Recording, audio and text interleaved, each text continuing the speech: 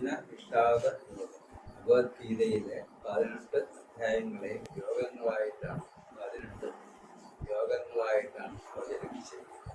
ഇതിന്റെ പേര് അർജുന വിഷാദ യോഗം. ഈ അധ്യായത്തിൽ മുഖ്യമായ ചിന്താവിഷയം അർജുനന്റെ വിഷാദം. അർജുനന് വലിയൊരു പ്രശ്നം വന്ന് ഒളിച്ചിരിക്കുന്നു.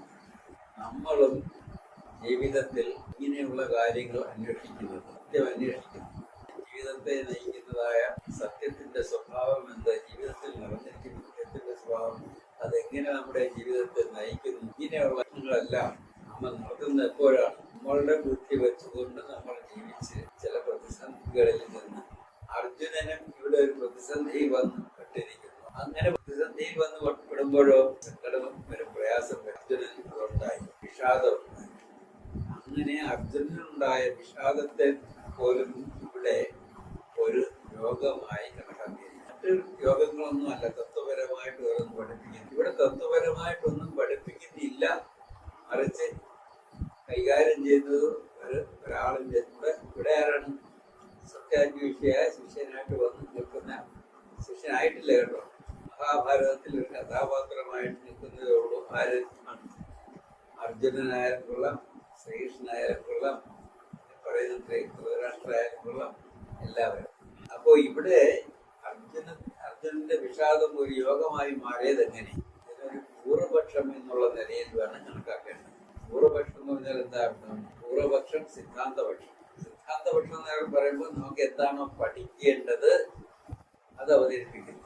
പൂർവപക്ഷം എന്ന് പറഞ്ഞാൽ എന്താണോ പഠിക്കേണ്ടത് അത് പഠിക്കുന്നത് ഒരു ആവശ്യമാക്കി തീർത്തിരിക്കുന്ന ഒരു സന്ദർഭമുണ്ട്. ഏതാണ്? അർജുനന്റെ വിഷാദം. അർജുനന് ഈ വിഷാദം ഉണ്ടായപ്പോൾ ആണ് ഈ പ്രശ്നം ശ്രീകൃഷ്ണന്റെ മുമ്പ് അവതരിപ്പിക്കുകയും ശ്രീകൃഷ്ണൻ ഉപദേശം കൊടുക്കുകയല്ല ചെയ്യുന്നു. ഈ ഉപദേശം ലഭിക്കുന്നതിന് സഹായിക്കുന്ന ഒന്നുണ്ട്. എന്താണ് ഇവിടെ? അത് അർജുനന്റെ വിഷാദം. അർജുനന് സത്യരഹസ്യം ഉപദേശം കിട്ടുന്നതിന് സഹായിച്ചത് അയാളുടെ വിഷാദമാണ്. ഇപ്പോൾ നമുക്ക് പറയാം അതിന്റെ പൂർവപക്ഷമാണ് ഇത്. ഇല്ലെങ്കിൽ മറ്റുണ്ടാകുമായിരുന്നില്ല. ഈ ശാസ്ത്രത്തിനുള്ള ബേസിക് ടെക്സ്റ്റ് ബുക്സ് ഏതെന്ന് ചോദിച്ചാൽ ഉപനിഷത്തുകൾ, ഭഗവത്ഗീത, അതിലും ഈ മൂന്നിലെ ഏറ്റവും പ്രധാനം ഏതെന്ന് ചോദിച്ചാൽ ഉപനിഷത്തുകളാണ്. അതുകൊണ്ട് അതിൽ പറഞ്ഞിരിക്കുന്ന തത്വരഹസ്യം എന്ത് എന്ന് ഒരു പ്രത്യേക സന്ദർഭത്തിൽ അതിനെ പശ്ചാത്തലമാക്കിക്കൊണ്ട് നമുക്ക് അവതരിപ്പിച്ചിരുന്നതാണ് ഭഗവത്ഗീത. അതുകൊണ്ട് ഉപനിഷത്ത് രഹസ്യം തന്നെയാണ് ഇതിനകത്ത് പറഞ്ഞിട്ടുള്ളതെന്ന് ഭഗവത്ഗീത പറയുന്നു. ബ്രഹ്മസൂത്രം എടുത്താലോ, ബ്രഹ്മസൂത്രത്തിലും എന്താണ് ഉപനിഷത്ത് രഹസ്യം, ഉപനിഷത്തുകളിൽ പറഞ്ഞിരിക്കുന്ന രഹസ്യം എന്താണ് എന്ന് ഉപനിഷത്തുകളിലെ ചില പ്രത്യേക ഭാഗങ്ങൾ എടുത്ത്, മുഖ്യമായിട്ടുള്ള ചില ഭാഗങ്ങൾ എടുത്ത് അതിനെ പറ്റിയുള്ള സൂചനകൾ നൽകി അതിനെ വ്യാഖ്യാനിച്ചുകൊണ്ട് ഈ സത്യം തന്നെ, ഈ വേദാന്ത രഹസ്യം തന്നെ അവതരിപ്പിക്കുന്നതാണ് ബ്രഹ്മസൂത്രം. എന്ന് നോക്കിയാൽ ഈ മൂന്നും ബേസിക് ടെക്സ്റ്റ് ബുക്സ് ആയിട്ട് ഉണ്ട് എന്നുണ്ടെങ്കിലും ഈ മൂന്നിലും വെച്ച് ഏറ്റവും ബേസിക് ആയിട്ടിരിക്കുന്നത് ഏത് എന്ന് ചോദിച്ചാൽ ഉപനിഷത്തുകളാണ് പറയേണ്ടത്. അങ്ങനെയുള്ള ഉപനിഷത്തുകൾക്ക് ആചാര്യന്മാർ ഭാഷ എഴുതിയപ്പോൾ ഉപനിഷത്തുകൾ തന്നെ പലതും ചോദ്യോത്തര രൂപത്തിലുള്ളതാണ്. ശിഷ്യൻ വന്ന് ഒരു ഗുരുവിനോട് ചോദ്യം ചോദിക്കുന്നതും അതിന് ഗുരു മറുപടി പറയുന്നതുമാണ്. അപ്പോൾ ആ ശിഷ്യൻ പൂർവപക്ഷം, ആ ഗുരു സിദ്ധാന്തപക്ഷം. ഇവിടെ ഒരു അധ്യായം തന്നെ ഒരു പൂർവപക്ഷമായിട്ട് വരും. ഏത് അധ്യായമാണ്? അർജുന വിഷാദ യോഗം. അതുകൊണ്ട് അർജുനന് ഈ വിഷാദം സംഭവിച്ചില്ലായിരുന്നു എങ്കിൽ ഭഗവത്ഗീതാശാസ്ത്രം നമുക്ക് ലഭ്യമായിരുന്നില്ല. അതുകൊണ്ട് ഈ ഭഗവത്ഗീതാശാസ്ത്രത്തിന് അർജുന വിഷാദം ഒരു പൂർവപക്ഷമായിരിക്കുന്നു. അതിനെയും കൂടി ഒരു യോഗമാക്കി തീർത്തിരിക്കുന്നു. എങ്ങനെ? പൂർവപക്ഷവും സിദ്ധാന്തപക്ഷവും അപ്പുറത്തും ഇപ്പുറത്തും വരുന്ന തരത്തിലുള്ള ഒരു യോഗശാസ്ത്രമാണിത്. അതുകൊണ്ട് അതിനെ വെറും നിസ്സാരമായി നമുക്ക് തള്ളിക്കളയാൻ പാടില്ല. അടുത്ത അധ്യായത്തിൽ വരാൻ പോകുന്ന തത്വോപദേശത്തിന് ഒരു പശ്ചാത്തലം ഒരുക്കി തീർക്കുകയാണ് അർജുന വിഷാദ യോഗം ചെയ്യുന്നത് എന്നുള്ളത് കൊണ്ട് മറ്റ് അധ്യായങ്ങളോളം തന്നെ ഈ അധ്യായത്തിന് പ്രാധാന്യം ഉണ്ട് എന്ന് തന്നെ പറയണം.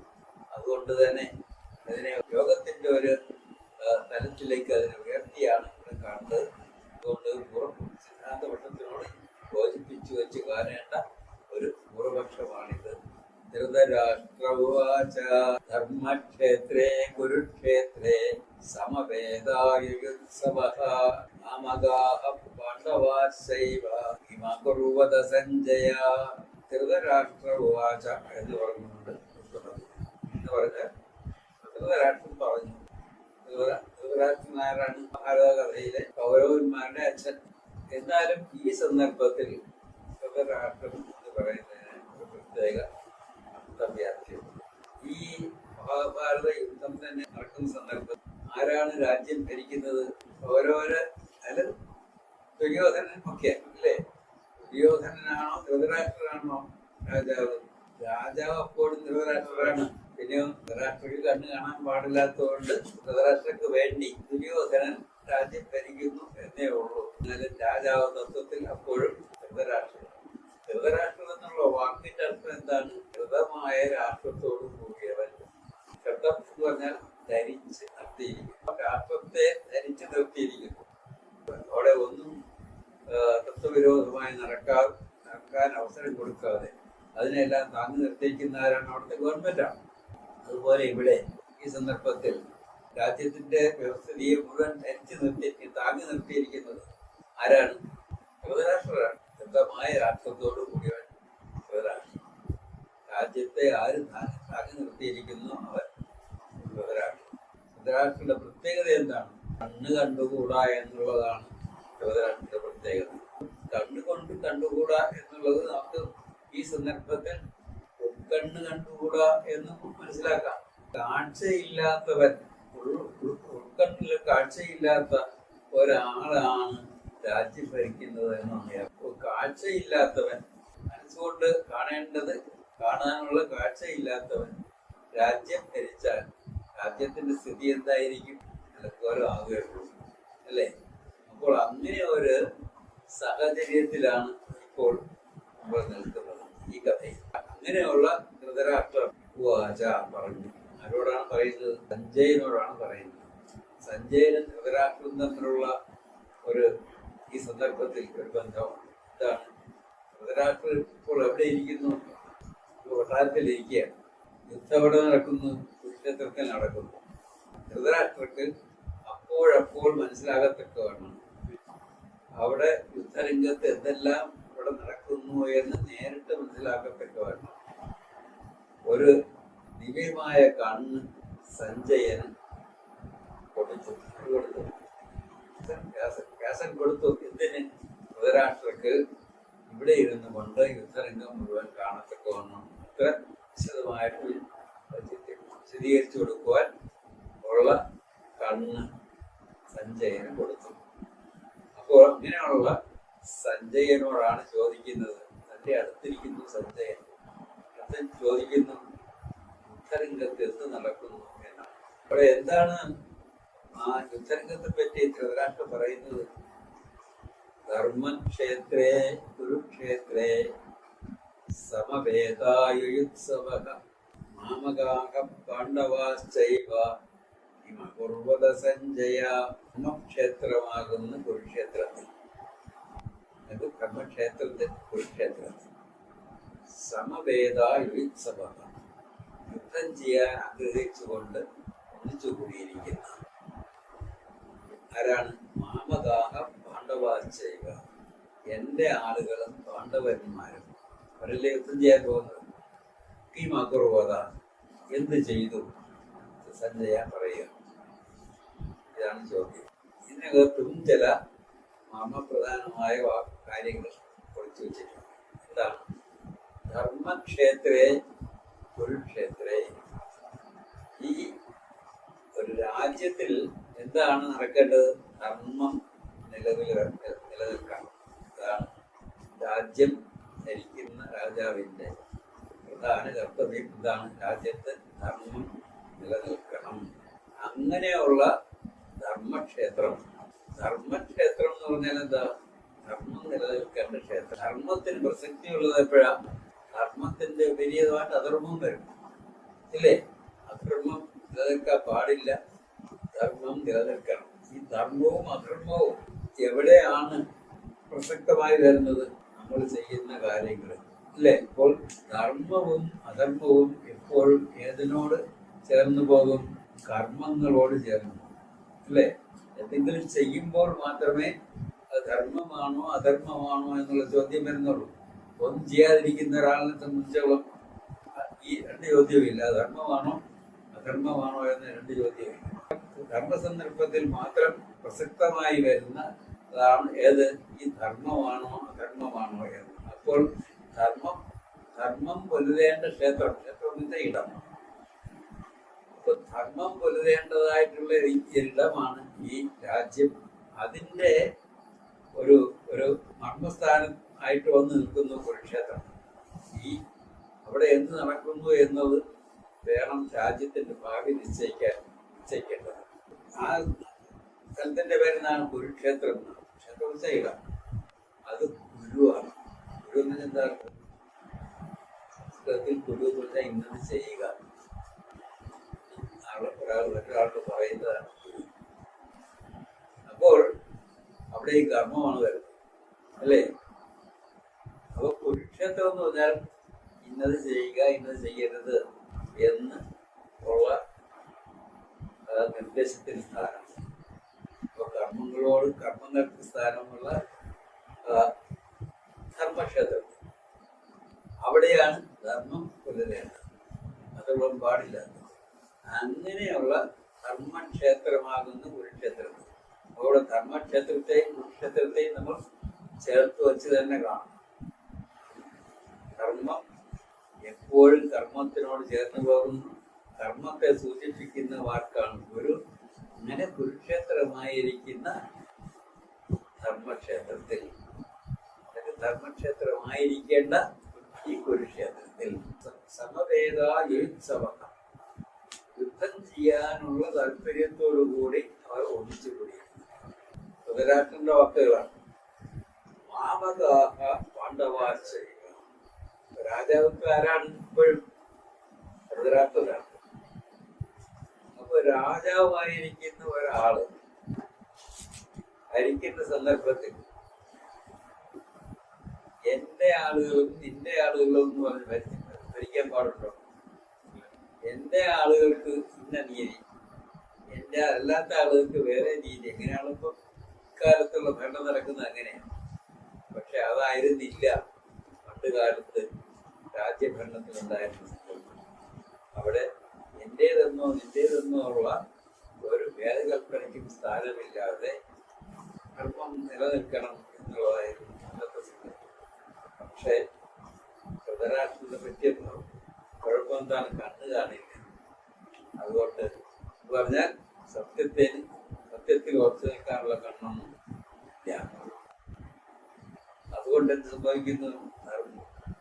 എന്റെ ആളുകൾ, പിന്നെ പാണ്ഡവന്മാരും പാണ്ഡുവിന്റെ മക്കളും, അപ്പൊ എന്റെ ആളുകളും പാണ്ഡുവിന്റെ മക്കളും ഇങ്ങനെ ഉള്ള മനോഭാവത്തോടു കൂടി രാജ്യം ഭരിക്കുന്ന രാജാവിന്റെ രാജ്യത്തിൽ ഒരു ധർമ്മത്തിനും സ്ഥാനമുണ്ടായിരിക്കുകയില്ല എന്ന് കൂടി മനസ്സിലാക്കണം. നമ്മളും ജീവിക്കുന്നത് വാസ്തവത്തിൽ ഒരു കുരുക്ഷേത്രത്തിലാണ്. ആരോ നമ്മോട് ആജ്ഞാപിക്കുന്നുണ്ട്, ഗുരു ഇത് ചെയ്യും ഇല്ലേ? നമ്മുടെ ഉള്ളിൽ തന്നെ ഇരിക്കുന്ന നമ്മുടെ അന്തരംഗമായിരിക്കാം, അല്ലെങ്കിൽ നമ്മുടെ മനസ്സാക്ഷിയായിരിക്കാം, നമ്മോട് പറയുന്നു ഇത് ചെയ്യും. ഇവിടെ അങ്ങനെ ചെയ്യുന്ന ഇടമേത്? അത് കുരുക്ഷേത്രം. അത് ധർമ്മക്ഷേത്രം ആയിരിക്കേണ്ടതാണ്. ഇതിന് നമ്മുടെ ജീവിതത്തിലും ഒരു കുരുക്ഷേത്രമുണ്ട്. ആ കുരുക്ഷേത്രം എപ്പോഴും ക്ഷേത്രമായിരിക്കണം. ഇപ്പോൾ മഹാഭാരത യുദ്ധത്തിൽ നടക്കുന്ന ഒരു സന്ദർഭം എന്ന് എടുക്കുന്നതിനോടൊപ്പം തന്നെ നമ്മുടെ ജീവിതത്തെ സംബന്ധിക്കുന്നത് കൂടിയാണ് എന്ന് മനസ്സിലാക്കിക്കൊള്ളണം. അങ്ങനെ നമ്മുടെ ജീവിതത്തെയും കുരുക്ഷേത്രമാക്കി അതിനെ ധർമ്മക്ഷേത്രമാക്കി മാറ്റേണ്ടിയിരിക്കുന്നു. അങ്ങനെ ഉള്ള ഒരു യുദ്ധരംഗമാണ് ഇവിടെ ഉണ്ടായിരിക്കുന്നത്. അങ്ങനെ വരുമ്പോൾ എന്ത് സംഭവിക്കും? നമ്മുടെ ഉള്ളിൽ തന്നെ ഒരു യുദ്ധം നടക്കും ഇല്ലേ? ധർമ്മത്തിന് നിരക്കുന്ന എന്താണെന്ന് നമുക്കറിയാം, പക്ഷെ അധർമ്മത്തിന് കൂട്ടു നിൽക്കേണ്ടി വരുന്നു. അപ്പോൾ നമ്മുടെ അന്തരംഗത്തിൽ നമ്മുടെ മനസാക്ഷിയും നമുക്ക് അനിവാര്യമായി ചെയ്യേണ്ടി വരുന്ന അധർമ്മവും ഇതെല്ലാം തമ്മിലൊരു യുദ്ധം നടക്കും. ഇല്ലേ? അന്തരംഗത്തിൽ നടക്കുന്ന ഒരു യുദ്ധം അതിനെയും നമുക്ക് ഇവിടെ കാണാം. ധർമ്മക്ഷേത്രേ കുരുക്ഷേത്രേ സമവേദായുത്സവം യുദ്ധം ചെയ്യാൻ തയ്യാറായിക്കൊണ്ട് ഒന്നിച്ചു കൂടിയിരിക്കുന്നു ആര്? അമ്മകാഹ മണ്ഡവാശ്ചൈവ, എൻ്റെ ആളുകളും പാണ്ഡുവിൻ്റെ ആളുകളും. അങ്ങനെ ഉള്ള ഒരു യുദ്ധ സന്ദർഭം. അപൂർവത സഞ്ജയ അവരെന്ത് ചെയ്തു ഈ യുദ്ധരംഗത്ത്? സഞ്ജയൻ ഉത്തരം പറയുന്നു. പാണ്ഡവാനീകം വ്യൂഢം ദുര്യോധനസ്തഥാ ആചാര്യമപസംഗമ്യ രാജാവചനമബ്രവീത്. സഞ്ജയൻ പറയുന്നു, വ്യൂഹമാക്കി നിർത്തിയിരിക്കുന്ന പാണ്ഡവ സൈന്യത്തെ കണ്ടിട്ട് രാജാവായ ദുര്യോധനൻ ആചാര്യനോട്, ആചാര്യനാരാണ്? ദ്രോണാചാര്യരോട് അടുത്ത് ചെന്നിട്ട് ഇങ്ങനെ പറഞ്ഞു. വരുന്ന ശ്ലോകങ്ങളാണ്. 3 ശ്ലോകങ്ങളിലായിട്ട്, 3 11 ശ്ലോകം വരെ നമ്മൾ കാണുന്നത് ദുര്യോധനൻ തൻ്റെ പക്ഷത്തുള്ള ആളുകളെയും അർജുനന്റെ പക്ഷത്തുള്ള ആളുകളെയും ഒന്ന് പരിശോധിച്ച് നോക്കിയിട്ട് രണ്ടിനെയും താരതമ്യം ചെയ്യുന്ന ഒരു രംഗമാണ്. ഈ അധ്യായത്തിൽ അർജുന വിഷാദ യോഗമാണ്.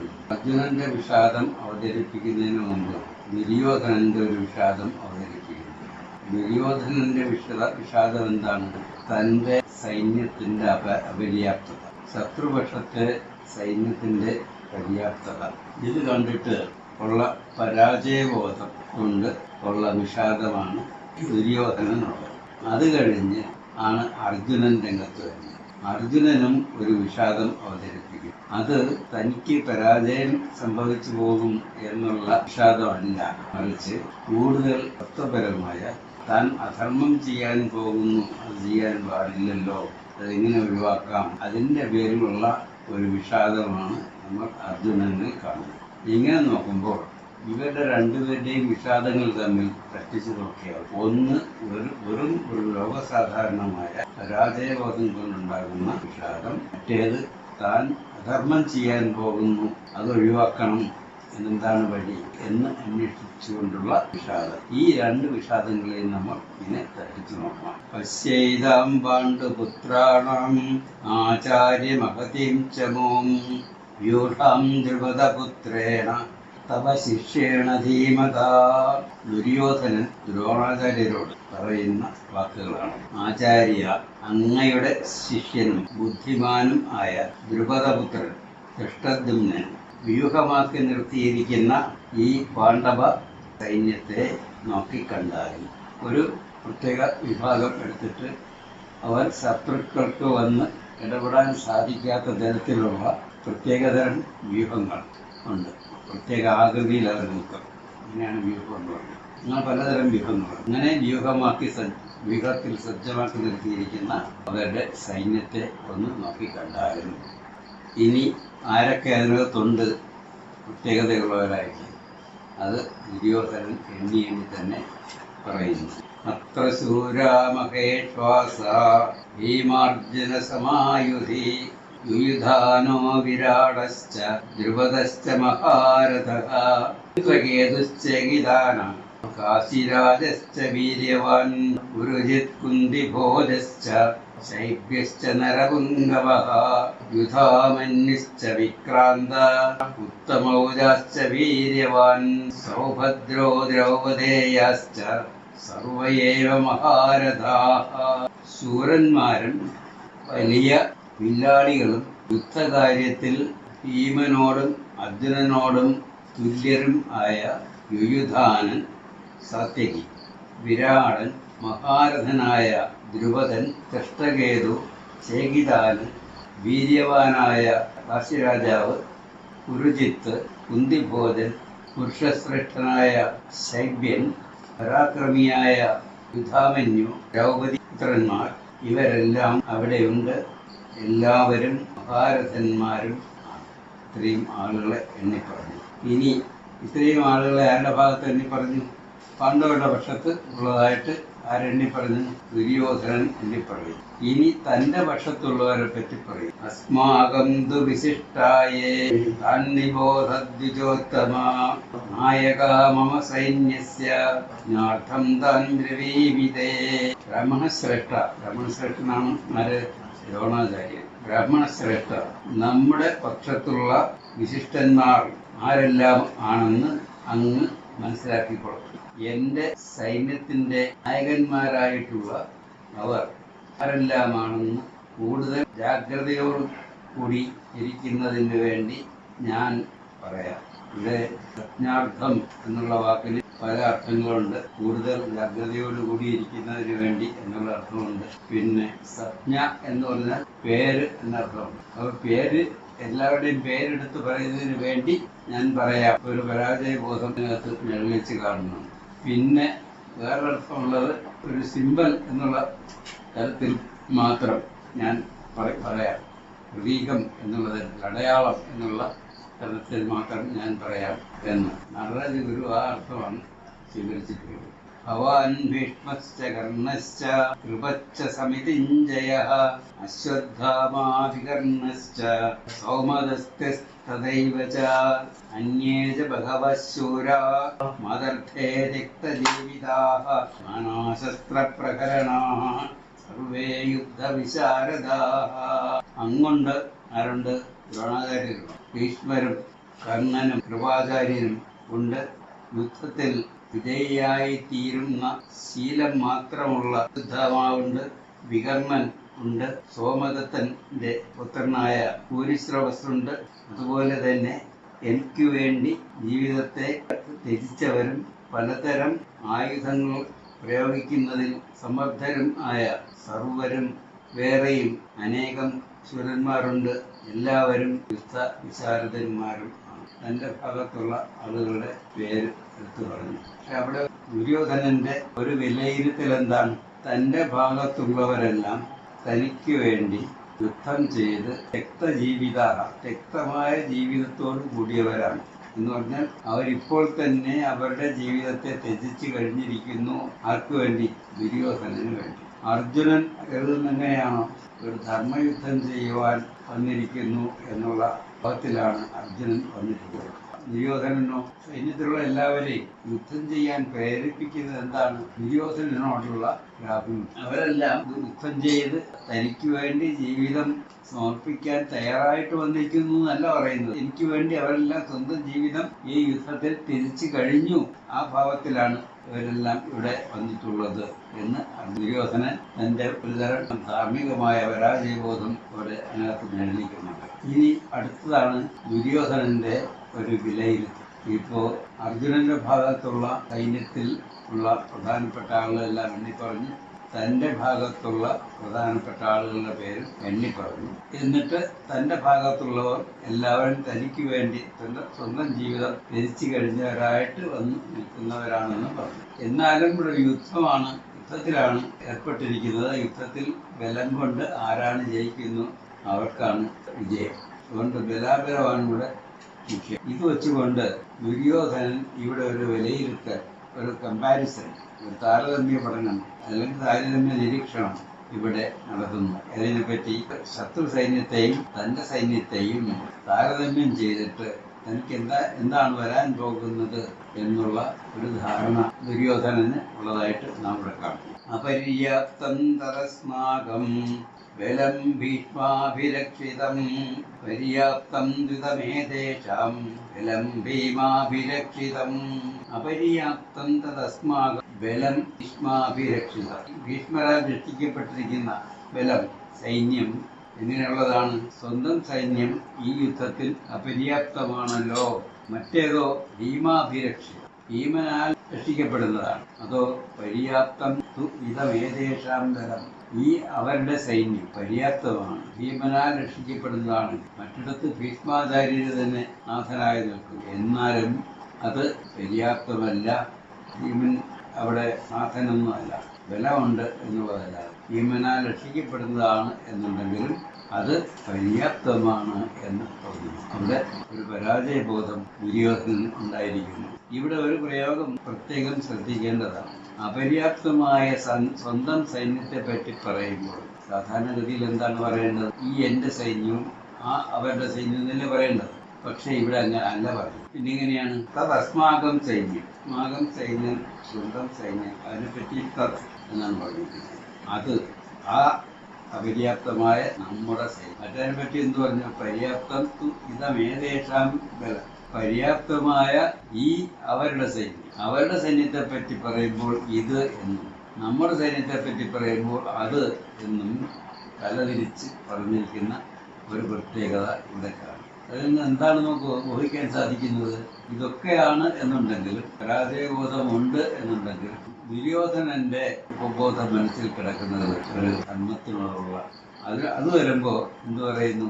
എന്റെ സൈന്യം അത് ആയിപ്പോയി, അത് എന്ന് പറയത്തക്കോണുള്ളതായി അതിനെ അകറ്റുന്നു. മറ്റതോ ഇത് അവരുടെ സൈന്യം, അവരുടെ സൈന്യത്തെ അത് എന്ന് പറയുന്നതിന് പകരം ഇത് എന്ന് പറയുന്നു. നമ്മുടെ സൈന്യത്തെ ഇത് എന്ന് പറയുന്നതിന് പകരം അത് എന്ന് പറയുന്നു. ഇങ്ങനെ അറിയാതെ തന്നെ ദുര്യോധനന്റെ മനസ്സിൽ ഉള്ള ഒരു ആഭിമുഖ്യം, ഏതിനോട്? ധർമ്മത്തിലുള്ള ആഭിമുഖ്യം കിടക്കുന്നു എന്നുകൂടി നമ്മൾ മനസ്സിലാക്കും. എന്നിട്ട് ദ്രോണാചാര്യരോട് ദുര്യോധനൻ പറയുന്നു, അയനേഷു ച സർവേഷു യഥാഭാഗമവസ്ഥിതാഃ ഭീഷ്മമേവാഭിരക്ഷന്തു ഭവന്തഃ സർവ ഏവ ഹി. അയനേഷു ച സർവേഷു, എല്ലാ വ്യൂഹങ്ങളിലും ആയി അണിനിരന്നു നിൽക്കുന്ന ഭവാന്മാർ, യുദ്ധത്തിന് വ്യൂഹങ്ങളായി തിരിച്ച് സർവവും സജ്ജമായി നിൽക്കുകയാണ്. അങ്ങനെയുള്ള ഈ യുദ്ധത്തിൽ ഇത് വേണം, നിങ്ങൾ എല്ലാവരും, ഭവാന്മാരെല്ലാവരും ചെയ്യേണ്ട ഒരു കാര്യം. തന്റെ സൈന്യത്തിൽ നേതാവായി നിൽക്കുന്ന ദ്രോണാചാര്യർ, ഭീഷ്മാചാര്യര് കൂടെയുണ്ട്. അവരോടെല്ലാമായിട്ട് ദുര്യോധനന് കൊടുക്കാനായിട്ടുള്ള ഒരു നിർദ്ദേശം. അയനേഷു സർവേഷു യഥാഭാഗമവസ്ഥിത. ഓരോരുത്തരും അവരവരുടേതായ സ്ഥാനത്ത് നിന്നുകൊണ്ട് ഈ യുദ്ധത്തിൽ അതിന്റെ എല്ലാ വ്യൂഹങ്ങളിൽ നിന്ന് ചെയ്യേണ്ട ഒരു കാര്യം എന്താണ്? ഭീഷ്മമേവാഭിരക്ഷന്തു, ഭീഷ്മനെ തന്നെ രക്ഷിച്ചു കൊള്ളണം. എങ്ങനെ? ഭവന്തഃ സർവ്വയേവ, ഭവാന്മാരെല്ലാവരും ചേർന്ന് എന്ത് വേണം? ഭീഷ്മാചാര്യരെ രക്ഷിച്ചു കൊള്ളണം. ഭീഷ്മാചാര്യര് വാസ്തവത്തിൽ ഇപ്പോൾ ആരാണ്? ഇപ്പോൾ ഓരോ പക്ഷത്തെ സൈന്യനായകനാണ്. ഭീഷ്മാചാര്യരുടെ നേതൃത്വത്തിലാണ് യുദ്ധം ആരംഭിച്ചിരിക്കുന്നത്. അപ്പോൾ സൈന്യാധിപനായിട്ടുള്ള ഒരാളിനെ, സൈന്യാധിപന്റെ ജോലി എന്താണ്? യുദ്ധം നയിക്കുകയും സൈന്യത്തെ മുഴുവൻ സുരക്ഷിതമായിരിക്കത്തക്കവണ്ണം ഉള്ള ഉപായങ്ങൾ പ്രയോഗിക്കുകയും യുദ്ധത്തിൽ ജയിക്കാൻ വേണ്ടത് ചെയ്യുകയാണ് സൈന്യാധിപന്റെ ജോലി. എന്നാൽ അതിൽ നിന്ന് നമ്മൾ എന്താ മനസ്സിലാക്കേണ്ടത്? സൈന്യത്തെ രക്ഷിക്കേണ്ടതായുള്ള ചുമതലയാണ് സൈന്യാധിപന്റെ ചുമതലയാണ്. എന്നാൽ ഇവിടെ എന്ത് പറയുന്നു? സൈന്യാധിപനായ ഭീഷ്മരെ ബാക്കിയുള്ള എല്ലാവരും ചേർന്ന് രക്ഷിച്ചു കൊള്ളണം എന്ന്. എന്തുകൊണ്ട് ഇങ്ങനെ പറയുന്നു ദുര്യോധനൻ? തൻ്റെ ഭാഗത്ത് ഏതെങ്കിലും ഒരു വ്യക്തിയുണ്ടെങ്കിൽ, തനിക്ക് അനുകൂലമായിട്ടുള്ളത്, തനിക്ക് ഒരു പിടിവള്ളിയായിട്ടുള്ള ഒന്ന് നമ്മുടെ ഭാഗത്തുണ്ടെങ്കിൽ, കുട്ടികളുടെ ഭാഗത്ത് എന്തുണ്ട്? ധർമ്മത്തിന് വേണ്ടി അവർ നിലനിൽക്കുന്നു എന്നുള്ള ഒരു മേന്മ അവർക്കുണ്ട്. ഇവിടെ അതില്ല. പിന്നെയുള്ളത് എന്താണ്? നമ്മുടെ ഭാഗത്ത് ഭീഷ്മാചാര്യർ കൂടെയുണ്ട്. ഭീഷ്മാചാര്യരോ അവർക്കും നമുക്കും എല്ലാം പ്രിയനാണ്, ആരാധനം. അങ്ങനെയുള്ള ഭീഷ്മാചാര്യർ നമ്മുടെ ഭാഗത്ത് ഉണ്ട്, നമ്മുടെ സൈന്യാധിപനായിട്ടുണ്ട്. അതുകൊണ്ട് അദ്ദേഹത്തെ സംരക്ഷിച്ചു കൊള്ളണം. അങ്ങനെ ദുര്യോധനന്റെ വാക്കുകൾ അവസാനിക്കുന്നു. വീണ്ടും സഞ്ജയന്റെ വാക്കുകളാണ്. തസ്യ സഞ്ജനയൻ ഹർഷം കുരുവൃദ്ധപിതാമഹഃ സിംഹനാദം വിനദ്യോച്ഛൈഃ ശംഖം ദഗ്മൗ പ്രതാപവാൻ. തസ്യ സഞ്ജനയൻ ഹർഷം. ഇങ്ങനെ ഒരു വിഷാദ ഭാവത്തിൽ ആണ് ആര് നിൽക്കുന്നത്? ദുര്യോധനൻ നിൽക്കുന്നത്. അതുകൊണ്ട് ഭീഷ്മാചാര്യർ എന്ത് ചെയ്തു? ഇവിടെ ഇവൻ വിഷാദ ഭാവത്തിൽ വന്ന് നിൽക്കുന്നു, അവനെ ഒന്ന് സന്തോഷിപ്പിക്കണം. തസ്യ സഞ്ജനയൻ ഹർഷം. അവന് കൂടുതൽ ഹർഷമുണ്ടാകത്തക്ക രീതിയിൽ, അവരെ സന്തോഷിപ്പിക്കത്തക്ക രീതിയിൽ.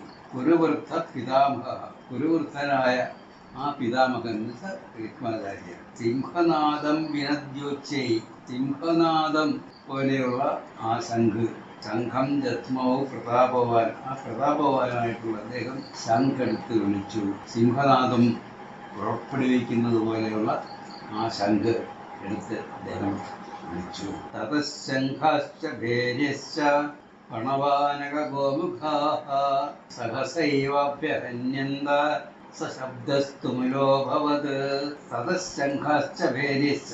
അപ്പൊ ആദ്യം ഭീഷ്മാചാര്യർ സിംഹനാദം പോലെയുള്ള ശംഖ് എടുത്തു വിളിച്ചു. എന്തിനാണ്? യുദ്ധം തുടങ്ങിക്കൊള്ളാനായിട്ടുള്ള ഒരു ആഹ്വാനമാണ് ആദ്യത്തെ ശംഖുവിളി. അത് കഴിഞ്ഞ ഉടനെ എന്ത് സംഭവിച്ചു? തതഃശംഖാശ്ച ഭേരിശ്ച. തതഃ അതിനുശേഷം ശംഖുകളും ഭേരികളും വലിയ പെരുമ്പറകൾ. പണവാനക ഗോമുഖാഃ. ഗോമുഖം ഫിസിക്കൽ ഇൻസ്ട്രുമെന്റ് ആണ്. ഇവയെല്ലാം ഇങ്ങനെയുള്ള സകലതും എന്ത് ചെയ്തു? സഹസൈവാഭ്യഹന്യന്ത. ഇവയെല്ലാം ഒന്നിച്ച് അങ്ങ് ശബ്ദം ഉണ്ടാക്കും. സശബ്ദസ്തുലോഭവത്. അങ്ങനെയുള്ള എല്ലാ ശബ്ദങ്ങളും ചേർന്ന് വ്യവസ്ഥയില്ലാത്ത ശബ്ദം ആയിത്തീർന്നു. ഏതാണ്? ദുര്യോധനന്റെ ഭാഗത്തുള്ള ഈ ശംഖുവിളി. അപ്പോൾ ആദ്യം ഭീഷ്മ പിതാമഹൻ ശംഖ് വിളിച്ചു. തുടർന്ന് എല്ലാവരും കൂടി ചേർന്ന് എല്ലാ ഉപകരണങ്ങളും ചേർത്ത് ശബ്ദം ഉണ്ടാക്കി. ഇതിൽ നിന്ന് നമ്മൾ മനസ്സിലാക്കേണ്ടത് ഒരു വ്യവസ്ഥയില്ലായ്മ അതിനകത്തുണ്ട് എന്നാണ്. തതശ്വേതൈർഹയൈരുക്തേ മഹതി സ്യന്ദനേ സ്ഥിതൗ മാധവ പാണ്ഡവശ്ചൈവ ദിവ്യൗ ശംഖൗ കൃതത്മതുഃ. തതശ്വേതൈർഹയൈരുക്തേ. അതിനുശേഷം വെള്ളക്കുതിരകളെ പൂട്ടിയിട്ടുള്ള മഹതി സ്യന്ദനേ സ്ഥിതൗ. മഹത്തായ ആ തേരിൽ സ്ഥിതി ചെയ്തുകൊണ്ട് ആരാണ്? അർജുനനും ശ്രീകൃഷ്ണൻ. മാധവ പാണ്ഡവശ്ചൈവ. ശ്രീകൃഷ്ണനും അർജുനനും ദിവ്യൗ ശംഖോ കൃതത്മതുഃ. ദിവ്യമായ ആ ശംഖുകളുടെ ശബ്ദമുണ്ടാകും. അത് തിരിച്ച് ഉള്ള ഭീഷ്മാചാര്യര് ഒരു വശത്ത് നിന്ന് സിംഹനാദം പോലെയുള്ള ശംഖ് വിളിച്ചെങ്കിൽ ഇവിടെ ശ്രീകൃഷ്ണനും അർജുനനും കൂടി ദിവ്യമായ ശംഖുകളെ വിളിച്ചു.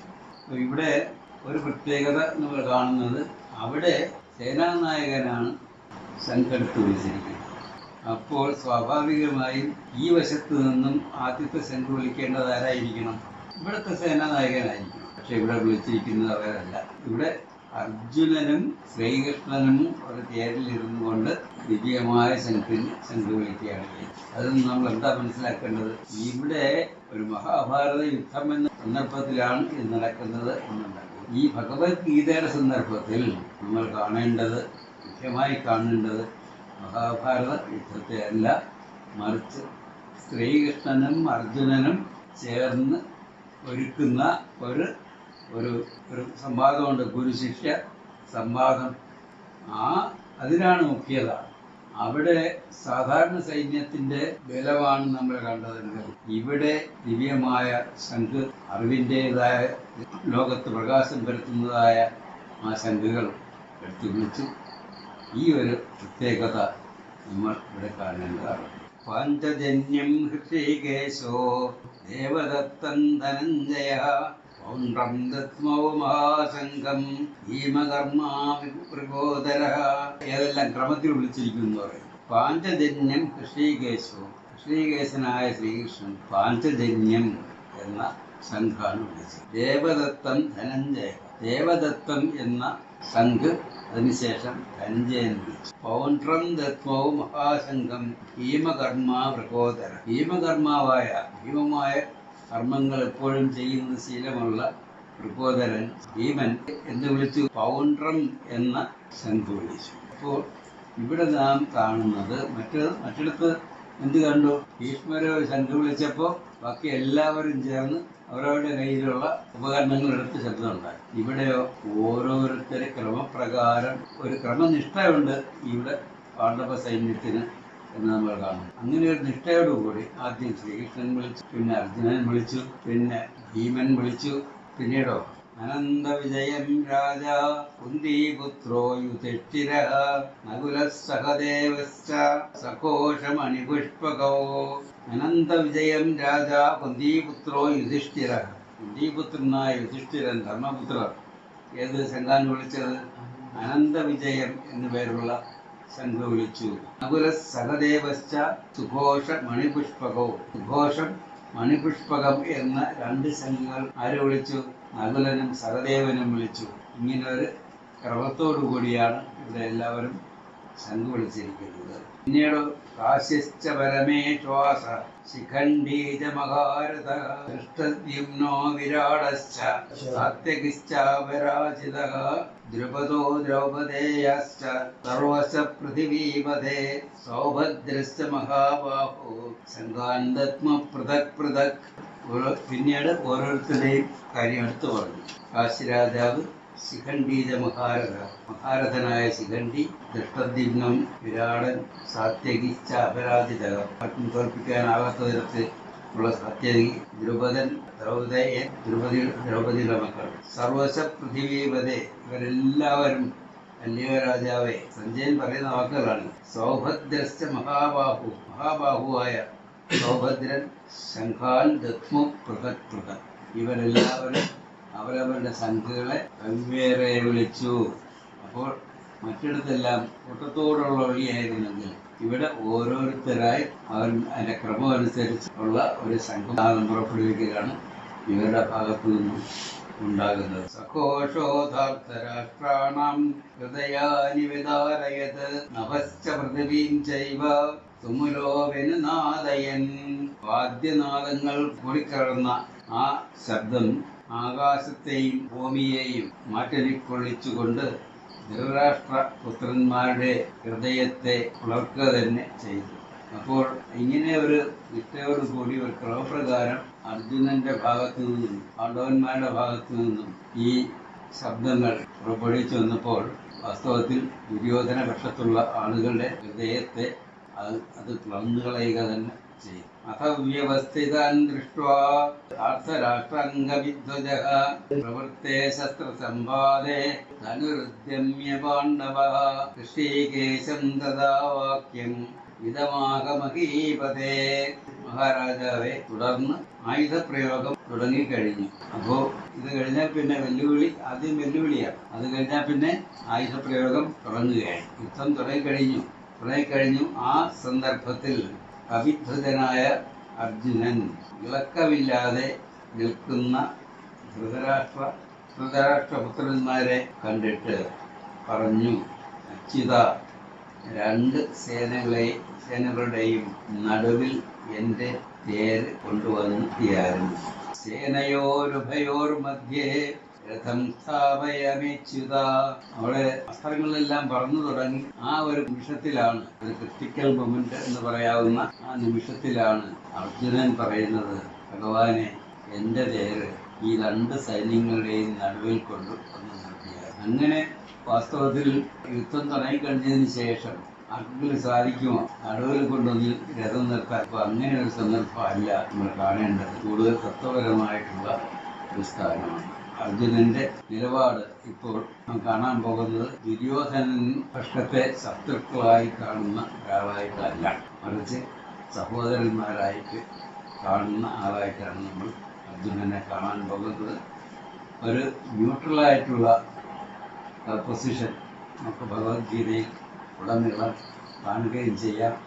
ശത്രുവെന്നോ മിത്രമെന്നോ ഉള്ള മനോഭാവം ഇല്ലാതെ ഒരു സമഭാവന നിലനിൽക്കുന്ന ആ മനോഭാവം നമുക്ക് ഭഗവത്ഗീതയിൽ ഉടനീളം കാണാം. അതിൻ്റെ ഒരു രംഗം എന്ന നിലയിൽ അതിനെ നമുക്ക് ഈ മഹാഭാരത യുദ്ധത്തിനോട് ചേരുന്ന സന്ദർഭം എന്ന നിലയിൽ ഭഗവാനോട് അർജുനൻ പറയുന്നു, എൻ്റെ രഥം ഈ രണ്ട് സൈന്യത്തിൻ്റെയും നടുവിൽ ഭഗവാനെ കൊണ്ടു നിർത്തിയായിരുന്നു. ഇപ്പോൾ ഇനിയാണ് കുറച്ചുകൂടി തത്വപരമായി നമ്മൾ കാര്യങ്ങൾ മനസ്സിലാക്കേണ്ട രംഗം വരുന്നത്. സേനയോരുഭയോർ മധ്യേ രഥം സ്ഥാപയമേച്യുത യാവദേതാൻ നിരീക്ഷേഹം യോദ്ധുകാമാനവസ്ഥിതാൻ കൈർമയാ സഹയോദ്ധവ്യം അസ്മിൻ രണസമുദ്യമേ. ഈ പടയൊരുക്കത്തിൽ യുദ്ധം ചെയ്യാനുള്ള ആഗ്രഹത്തോടുകൂടി നിറഞ്ഞു നിൽക്കുന്ന ഇവരെ ഞാൻ കണ്ടുകൊള്ളട്ടെ. എന്തിനാണ് നടുവിൽ കൊണ്ട് നിർത്തിയത്? സാധാരണഗതിയിൽ രംഗത്ത് പടയാളികൾ ആരെയാണ് നോക്കുന്നത്? ശത്രുപക്ഷത്തുള്ളവരെ മാത്രം നോക്കും. അവരുടെ നേർക്കാണ് എല്ലാ ആയുധങ്ങളും പ്രയോഗിക്കുന്നത്. ഇവിടെ എങ്ങനെയല്ല. അർജുനൻ പറയുന്നു, സേനയുടെ മധ്യത്തിൽ എന്നെ കൊണ്ട് നിർത്ത്. എന്തിന്? ഞാൻ ഇവരെല്ലാം ഒന്ന് കണ്ടുകൊള്ളട്ടെ. ആരെയാണ്? ശത്രുപക്ഷത്ത് നിൽക്കുന്നവരെ, എൻ്റെ പക്ഷത്ത് നിൽക്കുന്നവരെ എല്ലാം ഞാൻ ഒന്ന് കണ്ടുകൊള്ളട്ടെ. ആരോടാണ് ഞാൻ യുദ്ധം ചെയ്യേണ്ടി വരുന്നതെന്നും എനിക്ക് കാണണം. ആരോടാണ് യുദ്ധം ചെയ്യേണ്ടി വരുന്നത്? നേരത്തെ എല്ലാവർക്കും അറിയാം, കൗരവ സൈന്യത്തോടാണ് യുദ്ധം ചെയ്യേണ്ടി വരുന്നത്. പക്ഷേ ഇനി അർജുനൻ കാണാൻ പോകുന്ന കണ്ണ് ഇവർ ശത്രുക്കളാണെന്നുള്ളതല്ല, പിന്നെയോ സഹോദരങ്ങളാണ് എന്നുള്ള കണ്ണാണ്. ഇങ്ങനെ ആരോട് യുദ്ധം ചെയ്യാൻ പോകുന്നു? സഹോദരങ്ങളോടാണ് എനിക്ക് യുദ്ധം ചെയ്യേണ്ടി വരുന്നത് എന്ന ഒരു കാഴ്ചപ്പാട് അവിടെ അപ്പോൾ അർജുനൻ ഉണ്ടാവുന്നു. പൂർണ്ണമദം പൂർണ്ണമിദം പൂർണ്ണമുദച്യതേ പൂർണ്ണസ്യ പൂർണ്ണമാദായ പൂർണ്ണമേവാവശിഷ്യതേ. ഓം ശാന്തി ശാന്തി ശാന്തി.